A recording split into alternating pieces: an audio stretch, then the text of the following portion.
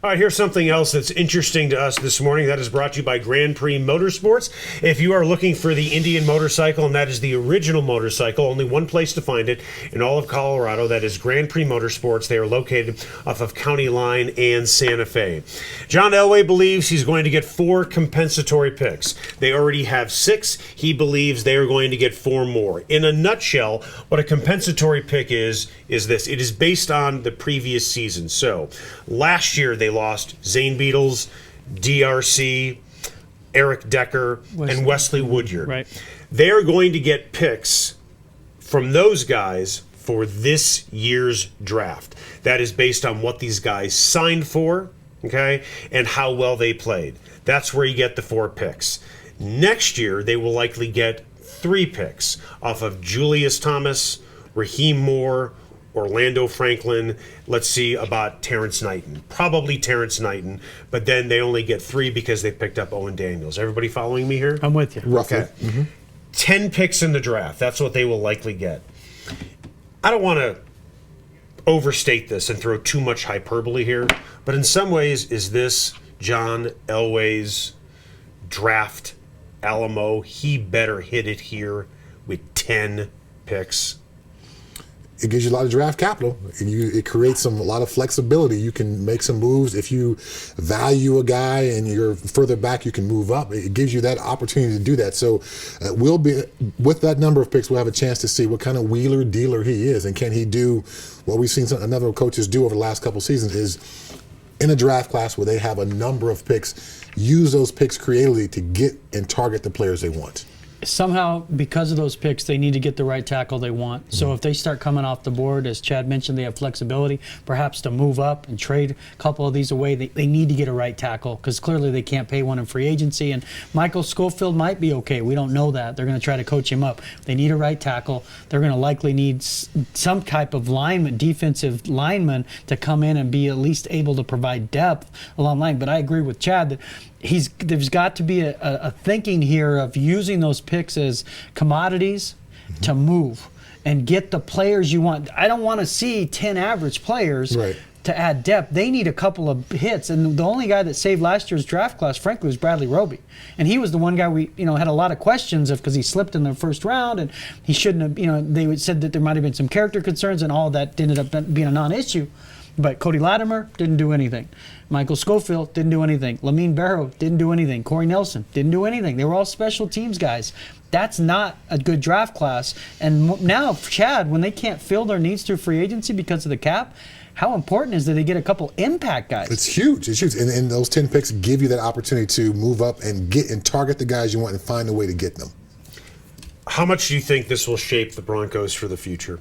Because they're going to get considerably younger. It seems like Elway and Kubiak are going to be on the same page when it comes to playing younger players. Right. And I think it's also going to be a message, not necessarily to Peyton Manning, but to Broncos fans.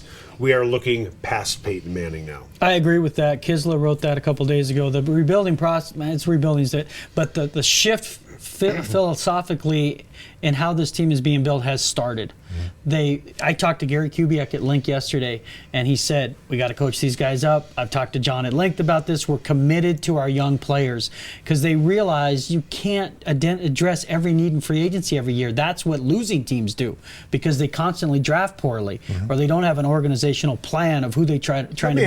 Let me ask you then, if they realize this now, did they not realize it then?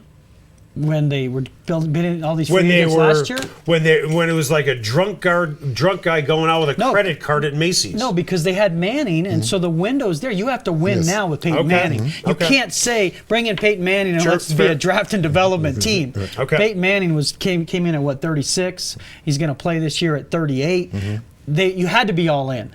But now they're trying to blend it. And it might work, but they're clearly trying to create an undercurrent of younger players as they start to lose free agents that these young guys are starters, because you can't live by addressing it in free agency every year. That's not a functional strategy year to year. This is not really I wouldn't call it an organizational shift. It's a shift that's necessary. They don't have the money to go out and sign a bunch of free agents again this year. So you have to make this shift. And also, to you guys' point, is the best way to build a team is always going to be through the draft. And while you loaded up for Peyton and that didn't get what you were hoping it would accomplish, now you're forced to go this other way, and you got to find a way to be good at that process. Let me ask you this real quick, Chad. They have talked so much about coaching guys up. Because John Fox, there was two things at work, having been around it last year. He didn't believe in some of the guys they drafted, right? Clearly. And he didn't trust playing young players particularly. That's not his style. He'd rather go with a veteran off the street than a young guy. And look at the way they've dealt with their linebacking core over the years with Fox. Can you coach guys up? Is that a realistic belief? Yes. Can you coach them up in the NFL? Yes, you can. Player development there's several parts to it. So obviously, a guy's got to come in with some talent. He's got to come in. There's got to be a general fit for the scheme that he's playing. But player development is a huge part of the NFL and coaching guys up.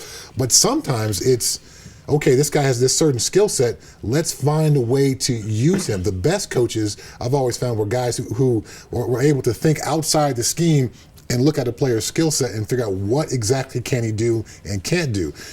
Great example would be Cordell Stewart going to the Pittsburgh Steelers. He wasn't ready to be a full-time quarterback, so they created a slash role for him, fit his skill set perfectly. Bill Belichick is always going to draft guys, who can play receiver and DB in case he needs that. So the best coaches have that ability to assess a player's skill and find a way to fit them within certain parts of the scheme and allow them to be successful on the field, even as young guys. All right, that segment is again brought to you by Grand Prix Motorsports. If you are looking for the original motorcycle, talking about the Indian motorcycle, you can find it at Grand Prix Motorsports. And there is our man Terry on his 2015 Chieftain. He is a proud customer at Grand Prix Motorsports.